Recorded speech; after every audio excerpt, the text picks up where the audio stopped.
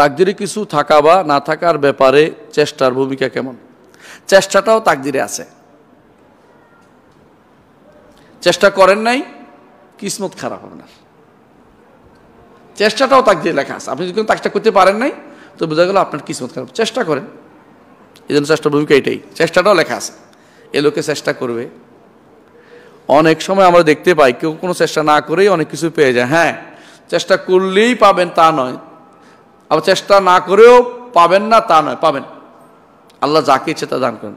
তো চেষ্টা করাটাও আপনার জন্য জরুরি, যতক্ষণ আপনার চেষ্টা করার সুযোগ আছে। কোনটা চেষ্টা করলেও পাবেন না, কোনটা চেষ্টা করলেও পাবেন না। কথা বুঝেন কিনা? আপনি বলেন যে আমি আরেকবার জীবিত হইতে চাই, অনেক ওষুধ খাইয়া যায়, পাবেন? আর পাবেন না।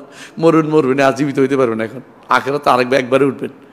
তো চেষ্টা করলেই সব হয় না, চেষ্টা বন্ধ করা যায় না। কারণ আল্লাহ শিখাই দিয়েছে আমাদেরকে, ওয়া আল্লাহ ইসাইল ইনসান ইল্লা মা সা। মানুষ সেটাই তার জন্য থাকবে যা সে চেষ্টা করে। কখনো আল্লাহর পক্ষ থেকে দয়া দিয়ে দিয়েছেন তিনি, এটা বিশেষ রহমত। যেমন কারো আখলাক ভালো দিয়েছেন, আল্লাহ বিশেষভাবে দিয়ে দিয়েছেন। আরেকজন কেউ চেষ্টা করে আখলাক ভালো করে, বুঝলেন কিনা? কেউ আসে, আল্লাহ তাআলা তাকে এমন চরিত্র দিয়েছে যে আপনি ঈর্ষা করেন যে এর মধ্যে হইতে পারতাম। এটা আল্লাহ দিয়ে দিচ্ছে তাকে। আল্লাহ খাস রহমত, যাকে ফদল ইউতি মাইয়াশা, আল্লাহর বিশেষ ফজিলত, যাকে ইচ্ছে তাকে দান করেন।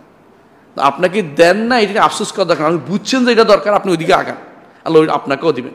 আপনি সব পাবেন বেশি, কারণ আপনি চেষ্টা করছেন এই জন্য। লাভটা এখানে আপনি সব চেষ্টা করতেছেন ভালো হওয়ার জন্য। যে কেউ আমার দিকে এক বিঘত এগিয়ে আসে, আমি তার দিকে এক হাত এগিয়ে আসি। যে আমার দিকে এক হাত এগিয়ে আসে, তার দিকে এক বেড় এগিয়ে আসি। বেড় বুঝেন তো? অর্থাৎ আপনি যতটুকু এগিয়ে আসবেন, আল্লাহ আপনার থেকে আরো বেশি দিবেন। চেষ্টার জন্য সব বেশি পাবেন, বুঝছেন তো? রাসূলুল্লাহ সাল্লাল্লাহু আলাইহি ওয়াসাল্লাম জন্য বলেছেন, আজরুকা আলা কদরি নুসুবিকা, তুমি যতটুকু কষ্ট করবে সব তত বেশি পাবে। আল্লাহ যেটা দিয়েছেন এটা তো নেয়ামত। আল্লাহ আমাকে হাত দিয়েছেন, কান দিয়েছেন, চোখ দিয়েছেন, এটা চেষ্টা করে নিছি নাকি? এটা আপনি দিয়েছেন। ঠিক ধরুন আখলাকও মানুষকে কখনো দিয়ে দেন, সম্পদও মানুষ কখনো দিয়ে দেন।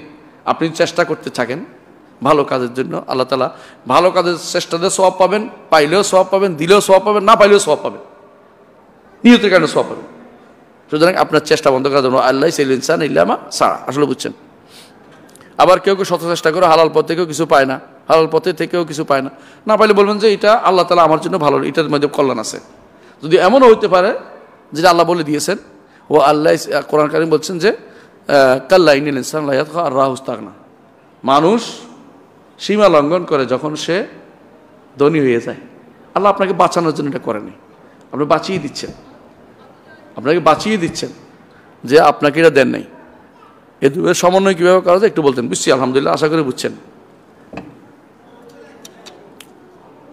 আমার মনে হয় শেষ হয়ে গেছে না? আলহামদুলিল্লাহ। আরেকটা প্রশ্ন হয়েছে, সেটা হচ্ছে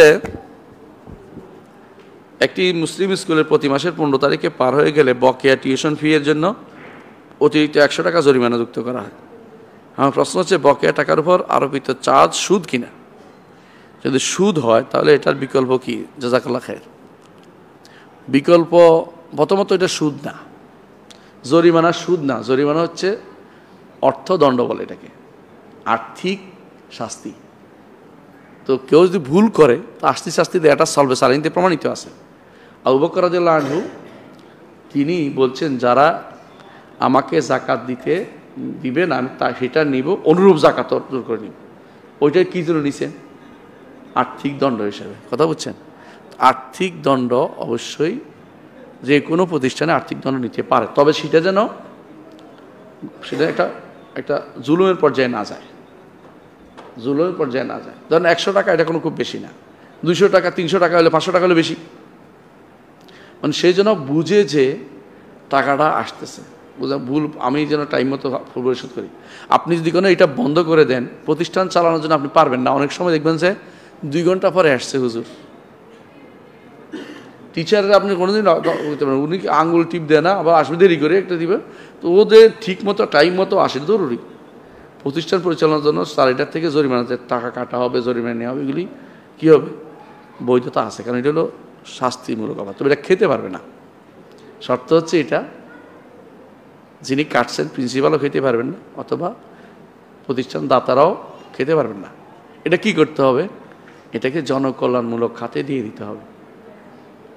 এইটা হচ্ছে জরিমানা। যদি নিজে খায় তো এটা হারাম হয়ে যাবে, তো তার মধ্যে লোভ চলে আসবে যে আমি এইটার জন্য অপেক্ষায় থাকবো, একদিন দেরি হলে তো আজ মজা পাবে, এটা হবে না। আপনার চিন্তা থাকবে যে মানুষ যেন নিয়মে আসে, এই উদ্দেশ্য।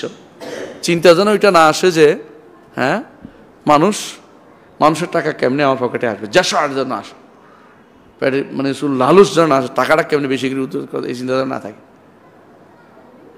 তো এই জন্য চেষ্টা করবেন এই টাকা যেন কোনোভাবেই যেন এই প্রতিষ্ঠান বা ব্যক্তির কোনো, এই যারা কাজ করছে ওদের কোনো লাভ না হয়। তাহলে হবে কিসের লাভ? এটা জনগণের যারা বড় জনকল্যাণমূলক খাত আছে ওদেরকে দিয়ে দিতেবেন। বুঝে আসছে? জনকল্যাণমূলক খাত কি, একটা উদাহরণ দেন। রাস্তাঘাট নির্মাণ, জনগণের টয়লেট নির্মাণ, জনগণের সমস্যা, অসুস্থ মানুষ আছে হাসপাতালে পড়ে আছে, এই জাতীয় অনেকগুলো জিনিস জনকল্যাণ খাত আছে। অথবা পানির একটা নির্মাণ করে দিবেন, সবাই পানি খাবে, হ্যাঁ, এরকম লাইন করে দিবেন, একটা বাক্স বসাই দিবেন, কেউ আসে এসে পানি নিয়ে যাবে। এগুলো জনকল্যাণমূলক খাত, বুঝছেন? জনকল্যাণমূলক খাতে দেওয়া যাবে, কিন্তু খাইতে পারবে না। তো আপনিও দুঃখ পাবেন না যে আমার সম্পদ বেটা খাইতেছে, আর তিনিও দুঃখ পাবেন না যে, লোভী হবেন না যে আমি যেমনি পারি এমনি টাকা উদ্ধার করি, হ্যাঁ, এটা যেন তার উদ্দেশ্য না হয়। আশা করি বুঝতে পারছেন।